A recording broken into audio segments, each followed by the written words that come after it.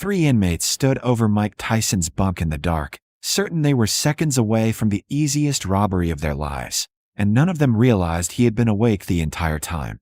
By sunrise, two would be in segregation, one would be begging for a transfer, and the block would be whispering about the night the sleeping lion opened his eyes without throwing a single punch.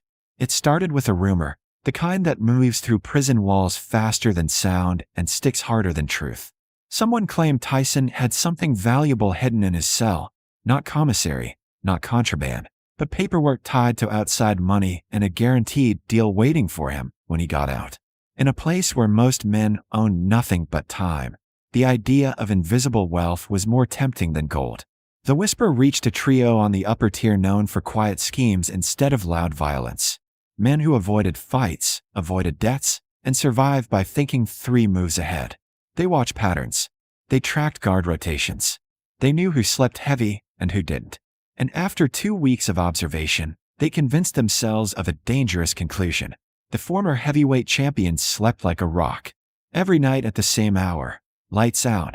No movement. No sound. No late pacing. No restless turning. To them, routine meant vulnerability. They didn't understand that discipline can look like stillness. Tyson's days inside followed a strict structure.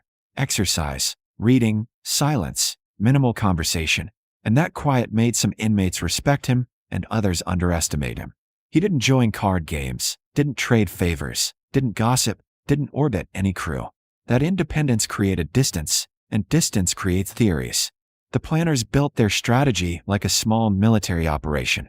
One man would trigger a noise distraction at the far showers during third watch when staffing was thinnest. 2 would approach the cell. 1 lookout posted at the stair rail. No weapons, too risky if caught, just speed and surprise. They even rehearsed their cover story, checking on a sick inmate, if intercepted. They were patient enough to wait for the right guard, the one known to drag his feet and finish rounds late. What they didn't factor in was that Tyson never fully surrendered to sleep. Years of early morning road work, fight camp alertness, and a childhood where danger didn't knock had rewired him.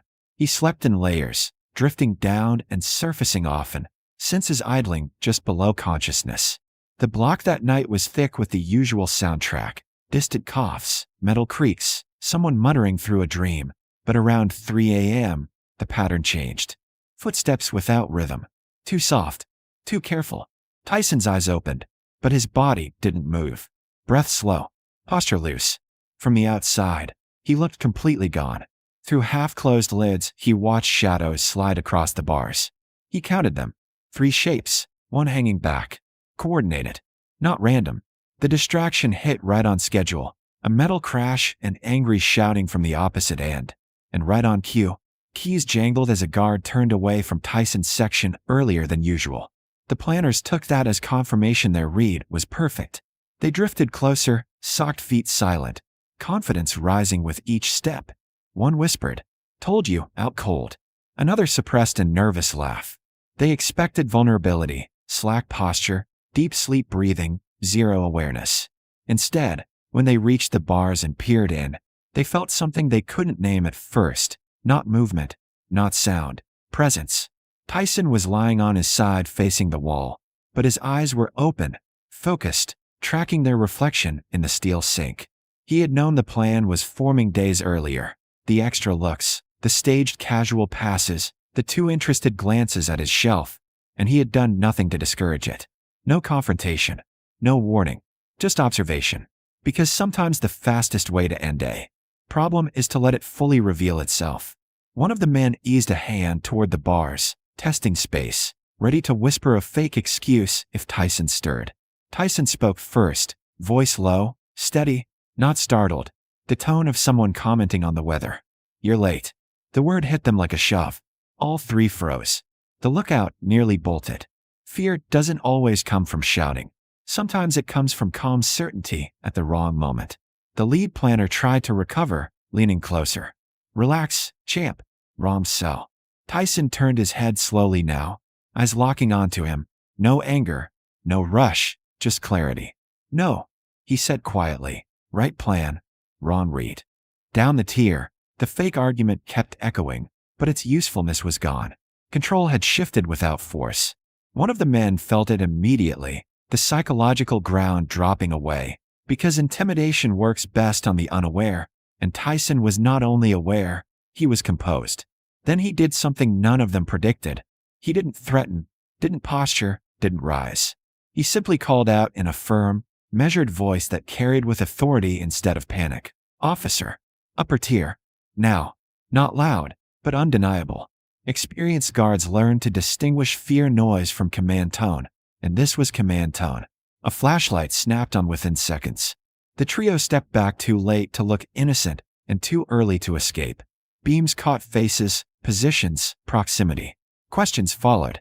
Stammers answered. The distraction downrange stopped abruptly as officers realized the real event was here. Tyson sat up only after the lights were already on him. Expression neutral, posture relaxed, like a man who had just finished waiting for a late bus. He said nothing else. Didn't accuse. Didn't explain. He didn't have to. In prison, being caught almost doing something is the same as doing it, sometimes worse, and by count time, the entire block would know the story. 3 men tried to rob Mike Tyson in his sleep and discovered he doesn't sleep the way other men do. The guard's flashlight cut through the bars and froze all 3 men where they stood. But the real shock wasn't that they'd been caught. It was that Mike Tyson was sitting calmly on the edge of his bunk like he'd scheduled the interruption. For a split second, nobody spoke. The beam bounced from face to face, then settled on Tyson, who didn't raise his hands, didn't point fingers, didn't even look surprised. "What's going on here?" the officer demanded, voice sharp, radio already halfway to his mouth. The lead planner opened his mouth to deliver the rehearsed line. "Sick inmate, welfare check." But the words collapsed under the weight of timing and position. 3 men clustered at one cell at 3:18 a.m. during a staged noise incident downrange wasn't concern, it was choreography. "We heard something." One tried anyway. Sounded like trouble. The officer didn't buy it. His partner arrived seconds later, boots loud, keys louder, and now the tier was fully awake, faces at bars, whispers moving faster than breath. Prison architecture turns curiosity into audience instantly. Tyson finally stood, slow and unthreatening, giving the guards space to see everything clearly. His bedding was tight. His shelf was orderly. Nothing disturbed. That detail mattered. Robbery requires motion, and there was none inside the cell. Only outside it. "Back up. All of you," the second officer ordered. The lookout obeyed first. Always the weakest link, stepping away too fast, which only confirmed coordination. The planners tried to hold posture, but confidence drains quickly when a plan collapses under light. Radios crackled. A supervisor was called. The fake disturbance at the showers was already being questioned. No fight, no damage, no participants willing to claim it. Manufactured noise. That realization traveled back through the radio net in under a minute and sealed the interpretation of what was happening on Tyson's tier. One guard looked at Tyson. "You call this in?" Tyson nodded once. "Didn't want you walking into the wrong end of it," he said evenly. "Not heroic. Not dramatic. Just practical." That answer registered. Guards are used to panic calls, revenge calls, manipulative calls, but not many preventive ones. The supervisor arrived. Older, slower, harder to fool, and surveyed the geometry of the scene before speaking. "3 of you," he said, pointing. "Explain why you're touring the tier together after count." Silence stretched. In prison, silence is often confession wearing a mask. One of the planners tried to pivot. "We check on people sometimes. Make sure nobody's hurting." The supervisor looked at Tyson's perfectly made bunk, then back at him. He looked like he was hurting? No one answered. From the neighboring cells came low murmurs. Not snitching, not testimony, just tone. And tone matters. The block wasn't confused about what this was. Tyson leaned lightly against the wall, relaxed, heart rate unchanged, watching the process like film he'd already seen. Years in high-pressure environments had taught him something most men never learn. Once authority arrives, the fight is over. Don't restart it with ego. The supervisor made the decision quickly. Separate them. Cops came out. Not rough, procedural, but final. The lookouts started protesting first, which confirmed hierarchy instantly. The real planners stayed quiet, calculating damage, already realizing the charge wouldn't be theft. It would be conspiracy and movement violation, harder to explain away. As they were led toward the stairs, One of them glanced back at Tyson, expecting triumph or threat. He got neither. Tyson had already sat back down. That absence of reaction disturbed him more than anger would have. Because anger means engagement, and engagement means the story continues. This story had ended without violence, and that meant control had never left Tyson's hands. When the tears settled and lights dimmed again, sleep didn't return. Not really. Too much adrenaline in the air. 2 cells down, an older inmate finally whispered, "You knew." Tyson answered without raising his voice. They practiced walking quiet. A pause. Most people don't practice unless they plan. Another voice asked, "Why not handle it yourself?" The question hung there. Not admiration, not challenge, curiosity. Tyson lay back, eyes open to the dark again. "Because then it's my problem," he said. "Now it's theirs." That distinction traveled cell to cell before dawn. In prison culture, outcomes matter more than action style.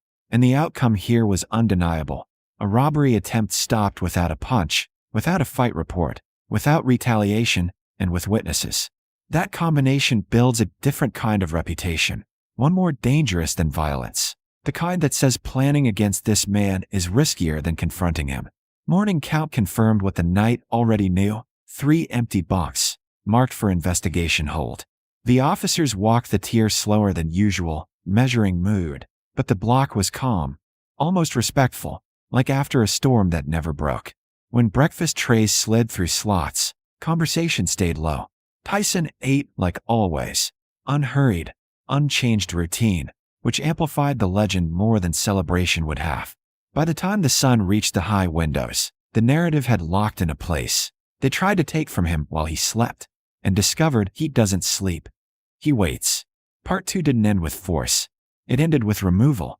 And in that environment, removal is louder than a knockout. Dawn count cleared the mystery officially, but it was the silence on the tier that confirmed the verdict. 3 bunks empty, 3 names moved to investigative segregation, and 1 untouched reputation sitting on his lower bunk eating breakfast like it was any other morning. By sunrise, the story had outrun the facts, but the core stayed intact. A planned robbery stopped without a fight, without a shout, without a single strike thrown. Guards walked the range with that measured alertness they use after a near incident, expecting tension, expecting retaliation, but none came. There was nothing to avenge. No blood, no bruises, no chaos, just a failed plan exposed under a flashlight. That made it different, and different travels fast in a closed system. The supervisor returned mid-morning, stopped at Tyson's cell, and studied him for a long moment before speaking. "Most men would have handled that Loud," he said quietly. Tyson looked up from his book. "Loud makes paperwork," he answered. The supervisor almost smiled. Investigations later confirmed the staged distraction, the coordinated movement, the intent to search the cell, enough for disciplinary transfer requests and privilege loss. Not a headline, not a riot, but careers inside prison don't end with explosions, they end with reports. The 3 planners learned the hidden rule of institutional life. Stealth failure carries a longer shadow than open defeat.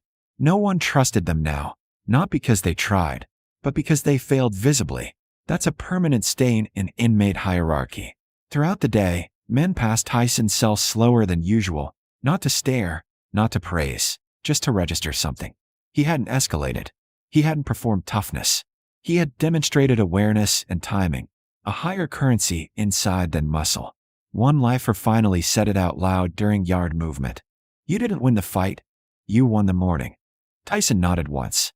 "Morning is what counts," he said. "Night is noise." The phrase stuck. By evening it was already being repeated 2 blocks over. The irony settled in slowly for everyone who replayed it. The men who came hunting advantage had relied on darkness, and the man they targeted relied on clarity. No revenge followed, because revenge requires injury, and Tyson had left none. No alliance pressure followed, because he hadn't asked for help. Control without debt, that's the rarest position in confinement. Weeks later, when a new inmate asked if the story was true, if 3 guys really tried to rob him in his sleep, the answer he got from multiple cells was the same.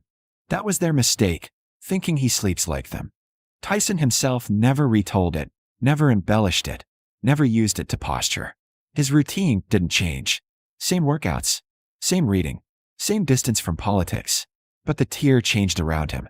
Predators prefer uncertainty, and now there was none.